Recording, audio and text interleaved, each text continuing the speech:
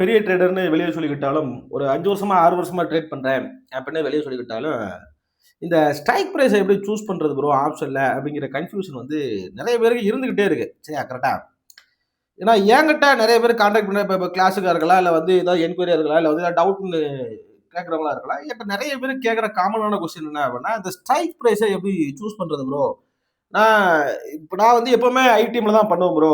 நான் வந்து எப்பவுமே ஏடிஎம்ல தான் பண்ணுவேன் ப்ரோ. இப்ப நம்மள மாரி ஆட்கள் கேட்டீங்கன்னா, இப்போ நம்ம இப்ப ஓடிஎம்ல தான் பண்ணுவோம் ப்ரோ அப்படின்னு சொல்லிட்டு பண்ணிக்கிட்டு இருக்கோம். ஆக்சுவலா பேசிக்கா பார்த்தீங்க அப்படின்னா, அப்படி பண்ணக்கூடாது. பட் இருந்தாலும் நம்ம எதுக்கு மாத்தி மாத்தி பண்ணிக்கிட்டு, கன்ஃப்யூஸ் பண்ணிக்கிட்டு, அதில போட்டு ஏன் கன்ஃப்யூஸ் பண்ணிக்கிட்டு அப்படின்னு சொல்லிட்டு நம்ம ஒரே இதுல ஸ்டாண்ட் பை பண்றோம். இந்த டிஃபரன்ஸ சொல்லிடுறேனே. இந்த அக்கவுண்ட் ஹேண்ட்லிங் இந்த டெலகிராம் குரூப்ல போட்டு இந்த ஸ்கேம் பண்ணுவாய்ங்க. அதாவது கால் குடுப்பாய்ங்க பாருங்க. கால் குடுக்குறது, அக்கவுண்ட் ஹேண்ட்லிங் பண்றது, இவன்லாம் என்ன பண்ணுவாங்க அப்படின்னா, இந்த ஐடிஎம் ஸ்ட்ரைக் பிரைஸ் தான் எப்பவுமே சூஸ் பண்ணுவாங்க. அதுவும் நார்மலா இருக்கிற ஐடிஎம் விட ரொம்ப டீப்பா இருக்கிற ஐடிஎம் தான் ரொம்ப சூஸ் பண்ணுவாங்க. ஏன்னு கேட்டீங்கன்னா, இப்ப பாருங்களேன், அவங்க வந்து பேசிக்கா அவங்க ட்ரேட் எடுக்கிற ஸ்டைல் வந்து எப்படி எப்படி இருக்கும் பார்த்தீங்கன்னா, ரூ. 1,00,000 வச்சீங்கன்னா, ரூ. 1,00,000க்கு ட்ரேட் எடுத்துருவாய்ங்க. கரெக்ட்டா? இப்ப நம்ம வந்து அப்படி கிடையாது. ஒரு ட்ரேடரா வந்து பார்த்தீங்க அப்படின்னா, அப்படி எடுக்கக்கூடாது அப்படிங்கிறது தான் எங்க மெயின் கான்செப்ட். இது தெரியாம நெறைய பேர் இந்த மாரி டெலகிராம்ல கால் குடுத்தாங்க. அங்க அக்கவுண்ட் ஹேண்ட்லிங் கால் பண்ணாங்க அப்படின்னு சொல்லிட்டு நெறைய பேர் மாட்டிக்கிறோம். இந்த மாரி தவறுகளை பண்ணாதீங்க அப்படிங்கிறத இது ஒரு அவேர்னஸாவும் எடுத்துக்கிட்டு நம்ம லேர்னிங்காவும் எடுத்துக்குவோம். சரியா? பண்ணாதீங்க அப்படின்னு சொல்லிக்கிறோம். இப்ப அவங்க வந்து எதுக்கு அத பண்ணுவாங்க அப்படின்னா, இப்ப ஒரு ரூ. 300 ரூ. 350 பிரீமியம் வந்து ஈஸியா 20 பாயிண்ட் கிடைச்சிரும். அப்ப 20 பாயிண்ட் ரூ. 300 அப்படிங்கிற பிரீமியம் எடுக்கும்போது, உங்களுக்கு ஆல்மோஸ்ட் வந்து ஒரு ₹1,00,000க்கு 5 லாட் எடுக்கலாம். இப்ப 5 லாட்டுக்கு 20 பாயிண்ட் போது உங்களுக்கு ரூ. 6,000 ரூ. 7,000 ரூ. 10,000 அப்படின்னு பெரிய ப்ராஃபிட்டா கண்ல காமிச்சலாம். உங்களுக்கு இத பார்க்கும்போது ஓகே சூப்பர். அப்ப டெய்லி 10,000 சம்பாதிச்சிடலாம் அப்படிங்கிற ஒரு நம்பிக்கை வரும். கரெக்ட்டா? அப்போ ஆனால் வந்து நீங்க நார்மலா ஃபுல் டைமா ட்ரேட் பண்றவங்கலாம் பார்த்தீங்கன்னு வச்சுக்கோங்க. இப்ப ஸ்கேல் பண்றவங்க, இல்ல யூடியூப்ல வீடியோ போடுறவங்க, இன்ஃப்ளூயன்சர்லாம் பார்த்தீங்க அப்படின்னா, ஏடிஎம் சூஸ் பண்ணுவாங்க. ஏடிஎம் சூஸ் பண்ணிட்டு ஒரு 20 பாயிண்ட், 25 பாயிண்ட் பிடிப்பாங்க அப்படின்னு வச்சுக்கோங்க. ஸோ இந்த மாதிரி ஒவ்வொரு சினாரியோக்கும் ஒவ்வொரு இது இருக்கு. பட் இருந்தாலும் நமக்கு ஒரு கன்ஃபியூஷன். இந்த ஸ்ட்ரைக் பிரைஸ எப்படிடா சூஸ் பண்றது? என்ன கான்செப்ட்ல சூஸ் பண்றது? அப்படிங்கிறது நமக்கு தெரியல அப்படிங்கிறது ஒரு விஷயத்த வச்சுக்குவோம். சரியா? அப்போ இத எப்படி சூஸ் பண்ணலாம் அப்படின்னு சொல்லிட்டு நான் ஒரு 2 மெத்தட் வந்து உங்களுக்கு சொல்லிக் குடுக்க போறேன். ரொம்ப ஈஸியான மெத்தட் தான். பேசிக்கா எல்லாருடைய இதுலயுமே இருக்கும். புரோக்கர்லயுமே இருக்கும். இந்த ஆப்ஷன் செயின் இப்ப எல்லாருடைய புரோக்கர்லயும் அப்படி காமனா இருக்கும். நார்மலா நீங்க தன்னு, ஜீரோதா எதுல எடுத்துக்கிட்டாலும் இந்த இன்டர்ன்ஷிப் வேல்யூ அப்படிங்கிறது வந்து எவ்வளவு இருக்கு அப்படிங்கிறத கண்ணுல காமிப்பாங்க. கரெக்டா? இந்த இன்டர்ன்ஷிப் வேல்யூ என்ன இருக்கு அப்படிங்கிறத கண்ணுல காமிப்பாங்க. ஸோ இப்போ இந்த இன்டர்ன்ஷிப் வேல்யூ பொறுத்து தான் வந்து நீங்க ஆப்ஷன் ஸ்ட்ரைக் வந்து சூஸ் பண்ணணும் அப்படிங்கிறதை ஃபர்ஸ்ட் புரிஞ்சுக்கங்க. ஏன்னு கேட்டீங்க அப்படின்னா இதுதான் வந்து உங்களை டிகேவை வந்து அவாய்ட் பண்றதுக்கு ஹெல்ப் பண்ணும். அதே மாதிரி வாலட்டிலிட்டி அதிகமா இருக்குமா, கம்மியா இருக்குமா அப்படிங்கிறதையும் முடிவு பண்றதுக்கு இதுதான் வந்து உங்களுக்கு சப்போர்ட் பண்ணும் அப்படிங்கிறதையும் நான் சொல்லிக்கிறேன். சரியா? பேசிக் இப்ப எடுத்துக்கோ. இப்ப வந்து இன்டர்ன்ஷிப் வேல்யூல என்ன என்ன கான்செப்ட், எப்ப ஐட்டம் சூஸ் பண்ணணும், எப்ப ஏடிஎம் சூஸ் பண்ணணும், எப்போ ஓடிஎம் சூஸ் பண்ணணும் அப்படிங்கிறத நான் சொல்றேன். இது வந்து ஒரு ஃபர்ஸ்ட் மெத்தட். ரெண்டாவது மெத்தட் அடுத்தது இது முடிச்சுட்டு சொல்லுவோம். உங்களுக்கு எது பிடிச்சிருக்கோ ரெண்டுல எதனாலும் யூஸ் பண்ணிக்கங்க. ரெண்டுமே யூஸ்ஃபுல்லா தான் இருக்கும். இது வந்து ரொம்ப பேசிக்கான மெத்தட். அது கொஞ்சம் அட்வான்ஸான மெத்தட்னு வச்சுக்கோமே. இப்ப இதுல வந்து பாத்தீங்க அப்படின்னா இன்டர்ன்ஷிப் வேல்யூ வந்து உங்களுக்கு வந்து 15ல இருந்து 18க்குள்ள இருந்துச்சு அப்படின்னா நீங்க வந்து எப்பவுமே வந்து ஏடிஎம் அப்படி இல்லைன்னா ஒரு ஸ்ட்ரைக் பிரைஸ் தள்ளி இருக்கிற ஓடிஎம் அப்படிங்கிறது தான் சூஸ் பண்ணணும். இப்போ கரண்டா வந்து மார்க்கெட் வந்து 23,123 இருக்கு. இப்போ பேசிக்கா 23,100 தான் வந்து உங்களுக்கு என்னது ஏடிஎம். சரியா? 23,100 தான் ஏடிஎம். இப்ப அடுத்த ஸ்ட்ரைக் பிரைஸ்னா எது? கால்ல 23,150, புட்டுல 23,050. அப்போ நீங்க சூஸ் பண்ணக்கூடிய ஸ்ட்ரைக் பிரைஸ். இப்ப நீங்க வந்து ஐவி பாக்குறீங்க. உங்களுக்கு 15ல இருந்து 18க்குள்ள தான் இருக்கு. ரெண்டு பக்கமும் கரெக்டா? ரெண்டு பக்கமும் 15ல இருந்து 18க்குள்ள தான் இருக்கு. அப்போ நீங்க என்ன ஸ்ட்ரைக் பிரைஸ் சூஸ் பண்ணிக்கலாம்? ஒண்ணு நீங்க ஏடிஎம் சூஸ் பண்ணிக்கலாம். அப்படி இல்ல அடுத்த ஓடிஎம் சூஸ் பண்ணிக்கலாம். சரியா?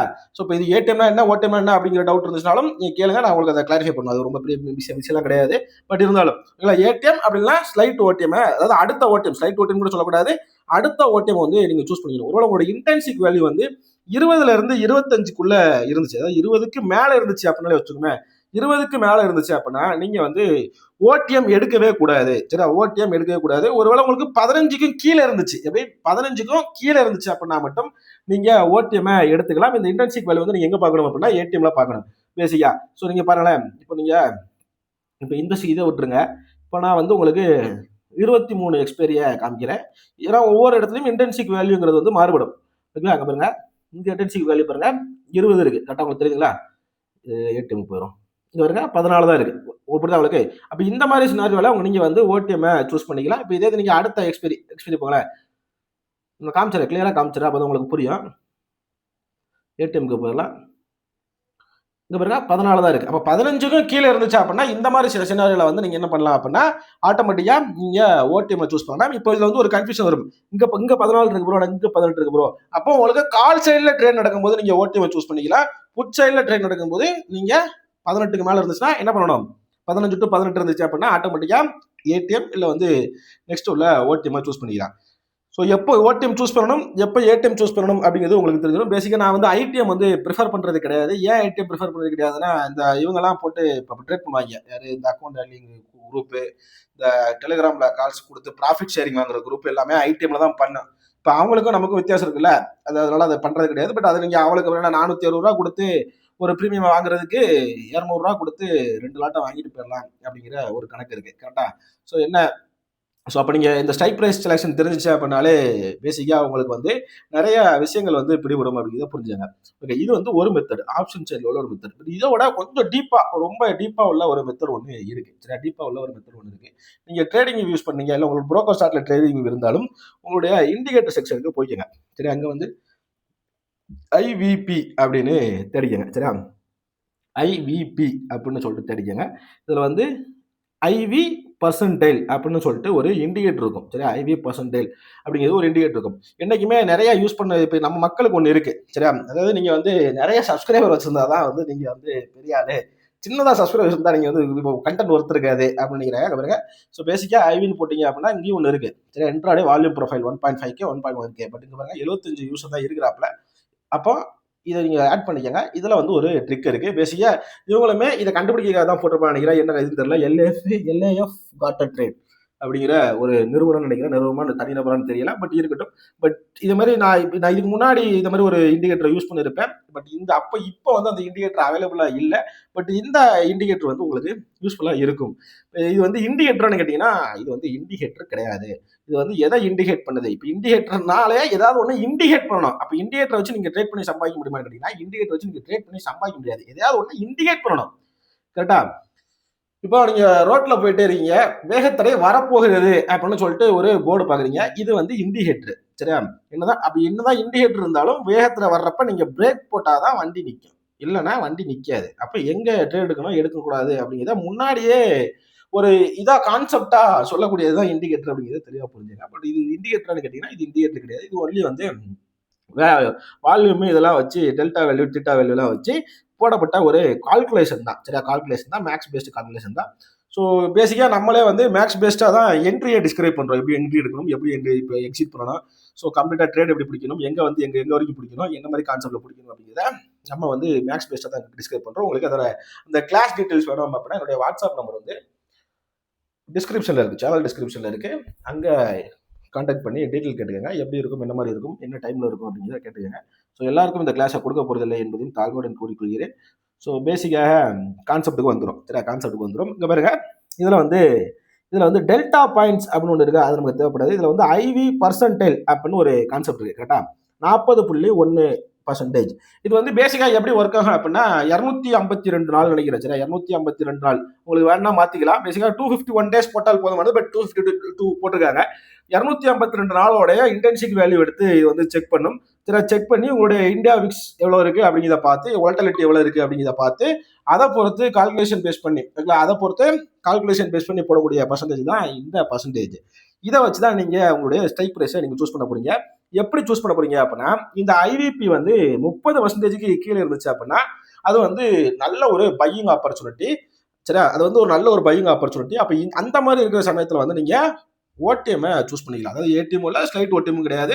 நீங்க நல்லா ஒரு 300-400 பாயிண்ட் இருக்கிற ஓடிஎம் வந்து சூஸ் பண்ணிக்கலாம். அந்த மாதிரி ஒரு ஆப்பர்ச்சுனிட்டி மட்டும் தான் பையர் வந்து வெயிட் பண்ணணும் அப்படிங்கிறத தெளிவா புரிஞ்சுங்க. ஏன்னா அங்கதான் வந்து பெரிய மூமெண்டா ஒன்று கிரியேட் ஆக போகுது அப்படிங்கிறது தெரிஞ்சாங்க.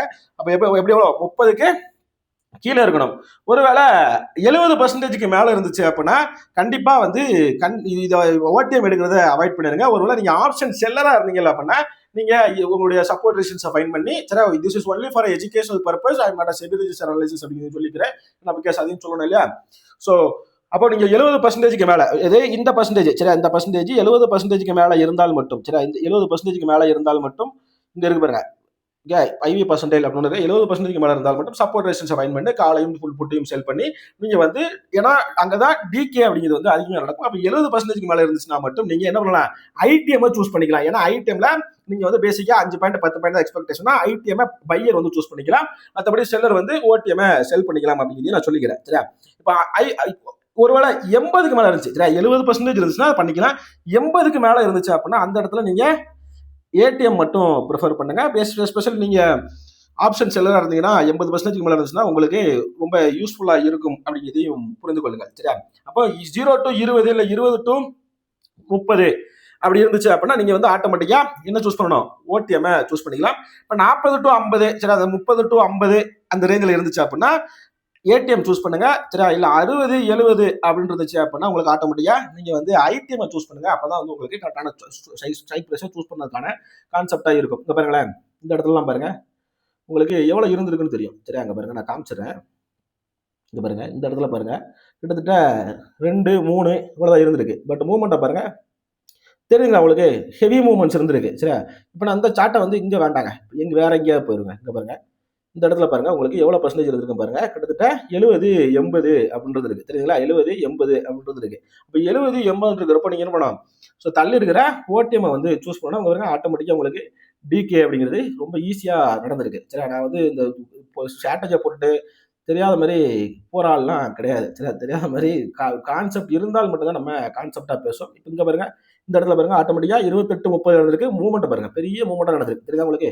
அப்ப நீங்க கிட்டத்தட்ட 24,000 இருந்து எங்க 500 பாயிண்ட், அப்ப 500 400 பாயிண்ட் 500 பாயிண்ட் ஓட்டியம் தட்டி எடுத்திருந்தீங்கன்னா கண்டிப்பா ஆப்ஷன் பிரீமியம் ஏறி இருக்கும். கரெக்டா? இப்ப இதே இங்க பாருங்க, இந்த இடத்துல பாருங்க, சரியா 80 62 இந்த இடத்துல நீங்க ஏடிஎம்ல ட்ரேட் பண்ணிக்கலாம். காலும் சரி புட்டும் சரி ஏடிஎம்ல ட்ரேட் பண்ணிக்கலாம். இப்போ இங்க எல்லாம் பாருங்க, இந்த இடத்துலயும் வந்து உங்களுக்கு ஆட்டோமேட்டிக்கா 40 அப்படிங்கிற பர்சன்டேஜ் இருந்திருக்கு. சரி, 40 50 இருந்திருக்கு. ஆட்டோமேட்டிக்கா ஏடிஎம்ல நீங்க ட்ரேட் பண்ணிக்கலாம். பெரிய மூவ்மெண்ட் இருந்துச்சா? கிடையாது. ஒரு ஒரு நல்ல மூவ்மெண்ட் தான். பட் வந்து அந்த அளவுக்கு பெரிய மூவ்மெண்ட் கிடையாது. 500 பாயிண்ட் 600 பாயிண்ட் மூவ்மெண்ட் கிடையாது. பட் இதே இந்த இடத்துல எல்லாம் பாருங்களேன், 16% 17% தான். ஒரு 20% ஆட்டோமேட்டிக்கா உங்களுக்கு பாருங்க, காலையில ஓப்பன் 24,100 இருந்து ஒரு 200 300 பாயிண்ட்டுக்கு ஈஸியான மூவ்மெண்ட்ஸ் இருந்திருக்கு அப்படிங்கிறதை புரிந்து கொள்ளுங்கள். ஸோ எப்போ நீங்க ஆப்ஷன் பையரா இருந்தாலும் சரி, இப்போ பாருங்க இந்த இடத்துல எல்லாம் பாருங்க செமையா இருந்திருக்கு. பாருங்க இதெல்லாம் பாருங்க சூப்பர் டிகே. எப்போ பார்த்தா உங்களுக்கு 80% மேல இருந்ததுன்னா செல்லர் வந்து குஷி தான், ஒரே ஃபுல் குஷி தான். அப்போ அந்த இடத்துல ஆட்டோமேட்டிக்கா செல்லர் வந்து என்ன பண்ணலாம் அப்படின்னா ஆட்டோமேட்டிக்கா ஒரு நல்ல இதில் வந்து எடுத்துக்கலாம். பட் இந்த டேட்டா லைவ்ல எடுத்து பாருங்க, உங்களுக்கு எப்படி இருக்கும் என்பதை உங்களுக்கு ஆட்டோமேட்டிக்கா தெரிஞ்சுப்பீங்க. லைவ்ல 28% 27% 29% இருந்திருக்கு. சரியா? 30% 34% இருந்திருக்கு. ஆட்டோமேட்டிக்கா உங்களுக்கு பெரிய மூவ்மெண்டா நடந்திருக்கு. ஸோ பேசிக்கா இதை பேஸ் பண்ணி உங்களோட ஸ்ட்ரைக் ப்ரைஸ் சூஸ் பண்ணீங்கன்னா வரக்கூடிய காலங்களில் நிறைய லாசஸ் நிறைய இது அப்படிங்கிறதெல்லாம் வந்து தவிர்ப்பீங்க அப்படின்னு சொல்லிக்கிறேன். ஏன்னா பிகாஸ் நானுமே கரண்ட் மார்க்கெட்ல ஒரு ட்ரேட் எடுத்து வச்சுட்டு 3 மணி நேரமா ஹோல்ட் பண்ண வேண்டி இருக்கு அப்படிங்கிறத கட்டாயத்தை முடிவு பண்ணிக்கிறேன். அப்போ நீங்க அதுக்கு ஏற்ற மாதிரி பாயிண்ட்டுக்கு ஏற்ற மாதிரி நீங்க உங்களுடைய ஆப்ஷன் ஸ்ட்ரைக் ப்ரைஸை சூஸ் பண்ணிக்கங்க அப்படின்னு சொல்லிக்கிறேன். ஒரு இந்த டேட்டால இந்த நம்பர்ஸ்ல ஏதாவது கன்ஃபியூஷன் இருந்துச்சுன்னா எனக்கு வாட்ஸ்அப் பண்ணுங்க, உங்களுக்கு டீட்டெயில் அப்டேட் பண்றேன் அப்படின்னு சொல்லி இந்த வீடியோ முடித்துக் கொள்கிறேன். நன்றி, வணக்கம். Thank you so much.